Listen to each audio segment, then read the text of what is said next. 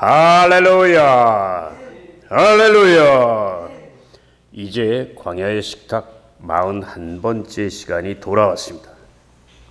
다윗은 왕이 되기 전후에 많은 고통을 겪었어요. 그러나 낙심하지 않고 기도에 힘쓰므로 그 믿음대로 승리와 영광의 삶을 살게 되었습니다. 그러므로 여러분도 세상 살아가다 어떤 고통을 만나든지 낙심하지 말고 살아계신 하나님 앞에 간절히 기도해서 죽음이 생명으로 바뀌는 복된 삶을 살아가시기를 예수 이름으로 축원합니다.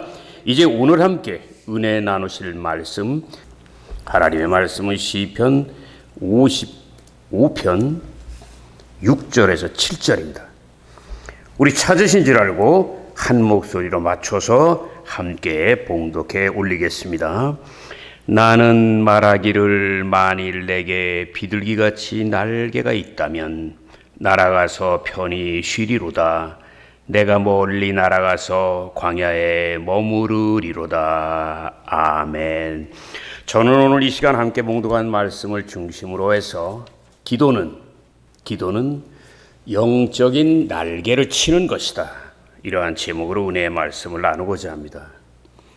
왜 하나님이 다윗을 그토록 특별히 사랑하셨을까요? 그 이유는 여러 가지입니다. 근데 내가 알고 있는 가장 중요한 핵심 사실은 다윗이 하나님을 사랑할 때 생명을 다해서 사랑했다는 거예요.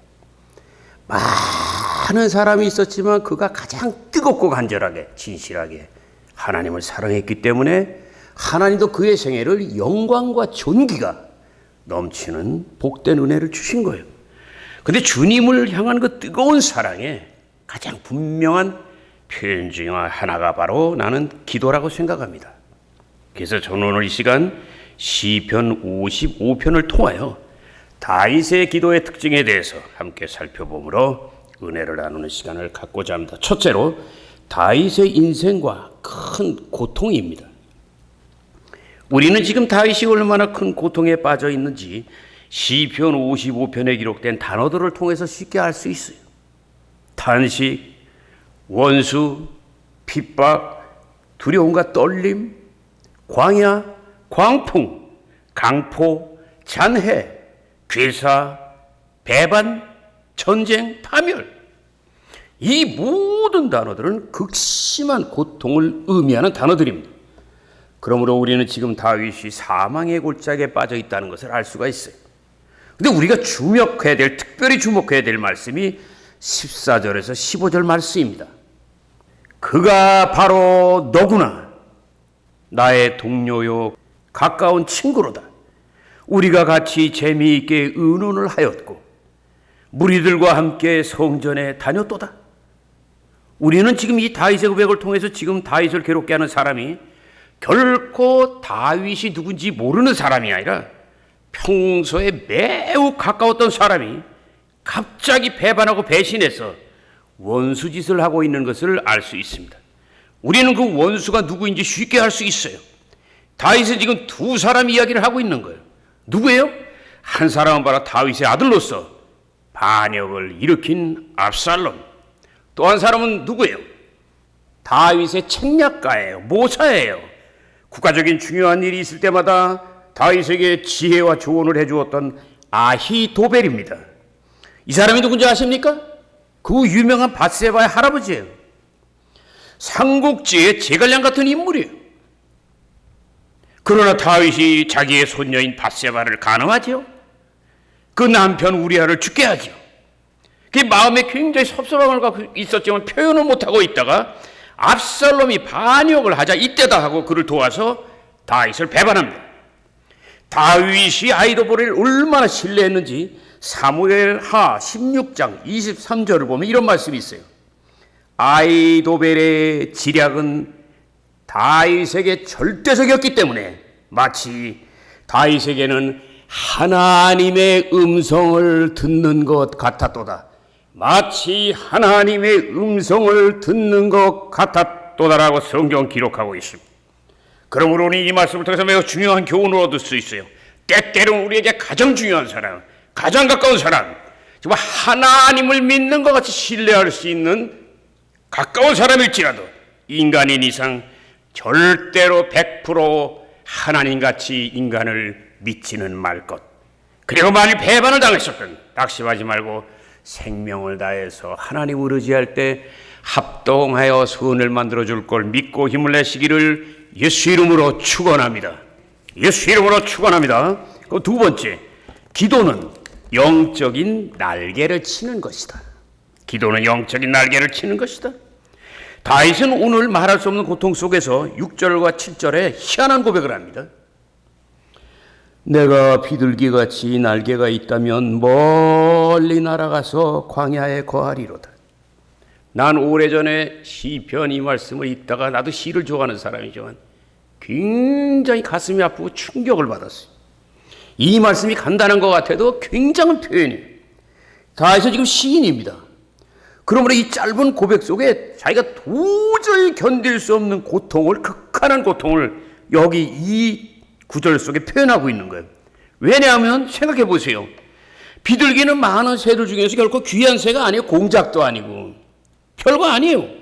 근데 그럼에도 불구하고 지금 다윗은 비둘기를 부러워해. 왜 그런 거예요? 여긴 이유가 있어요.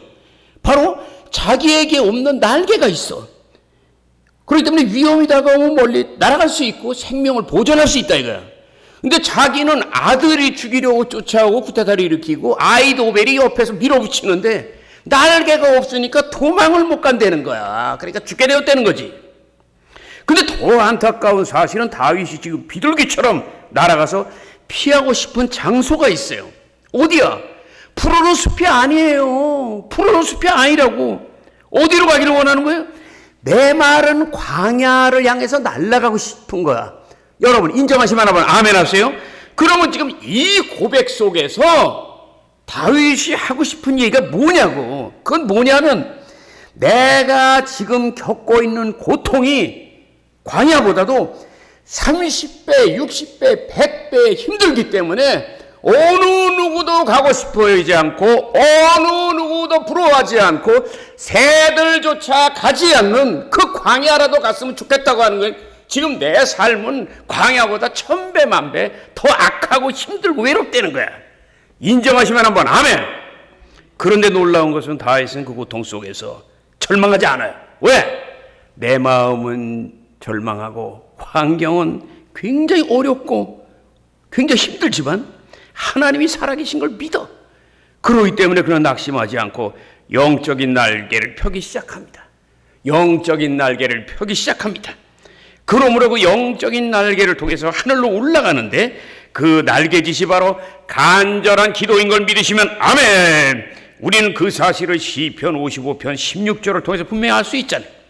나는 낙심하지 않고 하나님께 부르짖으리니 분명히 여호와께서 나를 구원하시리로다. 믿으시기를 예수 이름으로 축원합니다. 예수 이름으로 축원합니다. 원수가 다가올 때 땅을 바라보지 말고 하늘을 향해서 기도의 날개를 차고 높이 독수리같이 올라갈지어다. 끝으로 세 번째 다윗의 기도가 그 특징입니다. 다윗은 그 고통 속에서 간절히 기도했죠.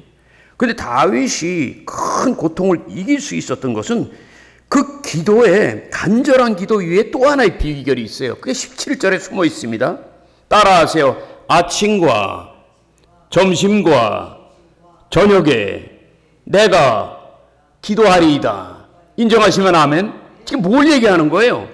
이 세 번의 기도는 여러분이 잘 아시겠지만 이스라엘 사람들이 매일 드리는 규칙적인 기도 시간이에요.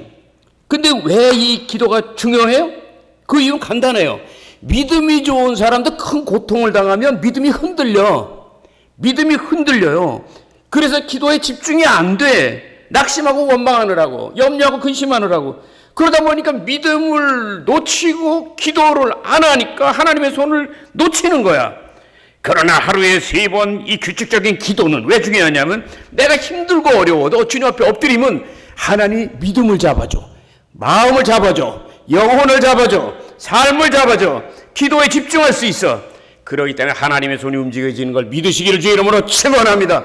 문제와 고통이 있을수록 감정적으로 움직이지 말고 규칙적인 기도를 통해서 작정 기도를 하든 금식 기도를 하든 하나님 앞에 시간을 정해서 기도할 때 다니엘의 기도에 응답이 넘쳤듯이 기적이 일어날 걸 믿고 힘을 내시기를 예수 이름으로 축원합니다. 문제가 있을 때 제일 중요한 건 완전히 규칙을 잃어버리는 거야. 나가던 교회도 안 나가고 드리던 기도도 안 나오고 봉사하던 것도 안 나오고 그러니까 팍 꺼지니까 마귀에게 콕 눌리는 거야. 원수마귀 떠나갈지어다. 내가 16년 동안 사역하던 여의도 순복음교회 그 성도님들은 한 달에 한 번씩 오산리기도원에 올라가요. 그래서 연합해서 간절히 기도합니다. 목사님의 말씀 증거가 끝나면 그 모인 성도들이 다 한마음이 돼서 합심으로 기도드리는데 그때 이렇게 목사님들이 보면 성도님들이 기도하는 모습이 정말 각양각색이에요. 각양각색이에요. 어떤 사람은 고래고래 소리를 질러, 어떤 사람은 눈물과 콧물을 흘리면서 기도해, 어떤 사람은 주먹으로 가슴을 치면서 기도해, 어떤 사람은 두 팔을 좌우로 휘저으면서 기도해. 그런데 이 모든 모습은 하나님을 사랑하는 믿음의 표현이야. 그러므로 어떤 모양으로 기도하든 그 간절한 기도에 응답이 따를 걸 믿으시길 주의 이름으로 축원합니다. 근데 내가 30년이 지난 40년이 다 되는 지금까지도 잊지 못하고 있는 한 여집사님의 간절한 기도 모습이 있어요. 그 집사님은 앉은 자리에서 마치 새가 가만히 있는데 짐승이 딱 달려올 때 날아가기 위해서, 피하기 위해서, 살기 위해서 두 날개를 후두두둑 거리듯이 두 팔을 위아래로 흔들어. 그러니까 이 엉덩이와 히프가 들썩들썩 올라갔다 내려가면 일어났다 앉았다 하는 거야. 계속 이러는 거야. 난 그 모습을 딱 보는 순간 저분이 어떤 고통을 갖고 있는지 내가 모르겠지만 그 해결되지 않는 고통, 질병이든 구원이든 재정의 문제든 자식의 문제든 그 고통, 땅에 있는 고통에서 벗어나기 위하여 빨리 벗어나서 하나님의 영광을 맛보기 위하여 영적인 하늘, 하나님의 품을 향해서 날아 올라가려는 듯이 몸부림치고 있구나. 난 그걸 느꼈어요. 수십 년이 지났지만 지금도 기억하고 있어. 나는 그 집사님에게 어떤 고통이 있는지 알지 못해요. 난 신이 아니라 인간이기 때문에. 그러나 내가 분명히 알고 믿고 있는 한 가지 사실은 하나님께서 그 집사님을 사랑하시고 그 기도를 분명히 받으셨다는 사실이에요. 믿으시면 한번 아멘 하세요. 그러므로 여러분도 큰 고통을 당할 때 이런 기도를 드려서 죽음을 생명으로 바뀌는 놀라운 간증과 영광으로 충만 다윗같이 잔이 넘치는 승리의 삶을 살아가시기를 예수 이름으로 축원합니다. 예수 이름으로 축원을. 다윗에게 죽음 같은 고통이 있었기 때문에 기도가 있었고, 그랬기 때문에 하나님의 손이 움직였고 죽음이 생명과 부활로 바뀐 거예요.